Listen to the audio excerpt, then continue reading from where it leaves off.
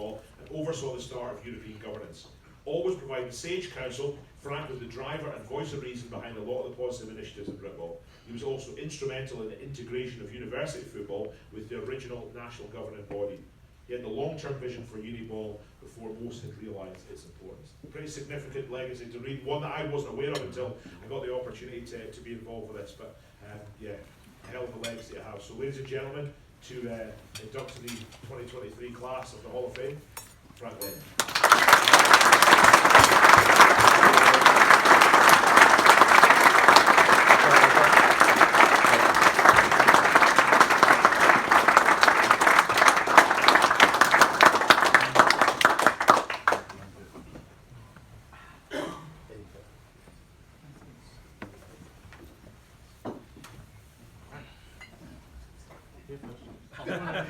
Let's meet the guys. You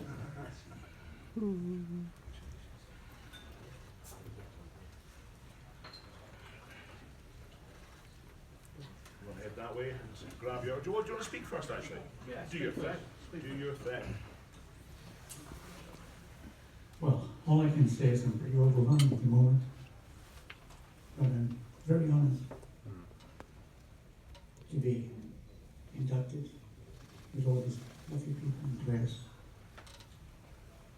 And I'm glad that I'm alive to be able to do it. I would like to, of course, digress a bit and thank two guys who made it possible for me to be here. Dave Tiswell and Wayne Hill.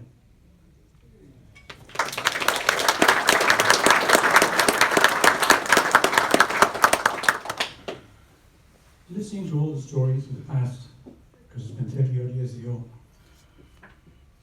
brings back a lot of memories to the pioneers of this game in this country. And I have to think of one, Dave Gill, who brought all the leagues together. The battle was formed, and he sent me into Europe saying, do you think you can get Europe to accept British American football again? So I travelled out, went there, fought the case, he accepted, and then before I was leaving they said, well, we put your name up so you can be on the board of the European Football League. So I returned from there with Great Britain and Europe and on the board. So there's two jobs I had to do at the same time. But the most thing that I remember was the youth, the young kids who were crazy about the game and wanting to play.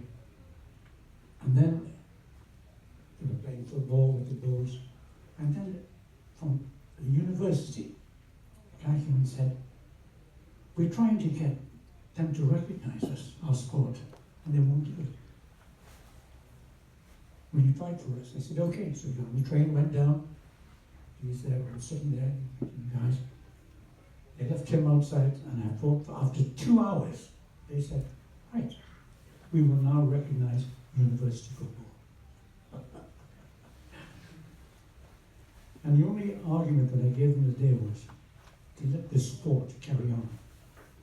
Compare it to a conveyor belt.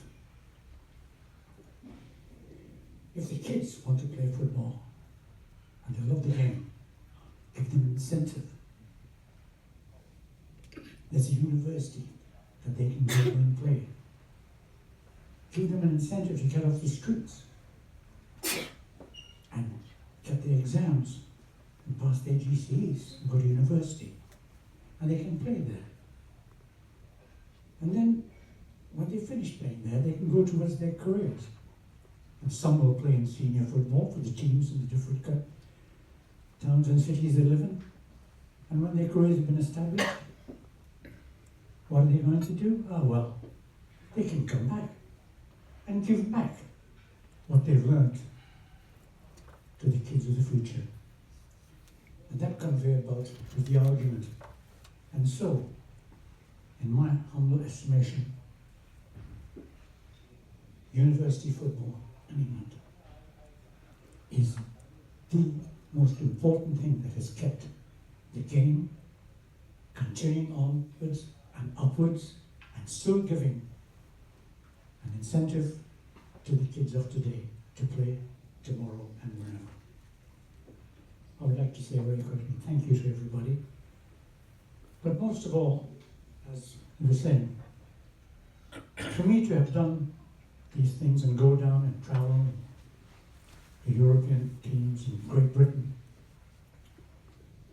I feel sorry for one thing one time when the association said that if a player played for the NFL-sponsored teams, they couldn't play for their country.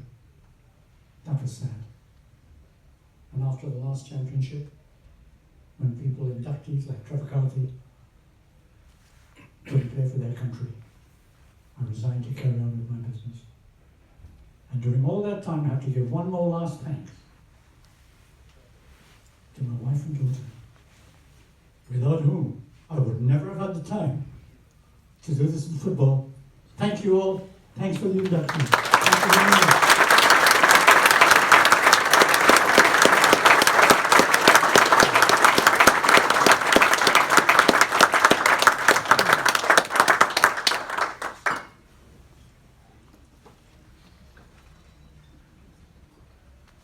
I must interrupt something. This guy, as that high, used to come into our shop and buy his jockey and his gear. First day I ever bought from the shop. Thank you very much.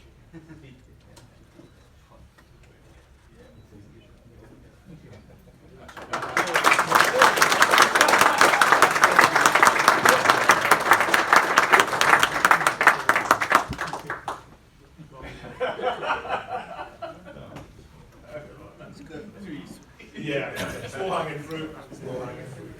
I was going to make a comment when he was talking about Wayne, and obviously it's his passion for university football and how Wayne kept that dream alive by letting some of his players play about 15 seasons at the It's not that kind of nice. We'll move on. Up next, we have another administrator who many of us, not me, but others, will have experienced through the time of sport. Largely, you haven't been flagged. Ken, I'm thinking about you here. Jim Gregg.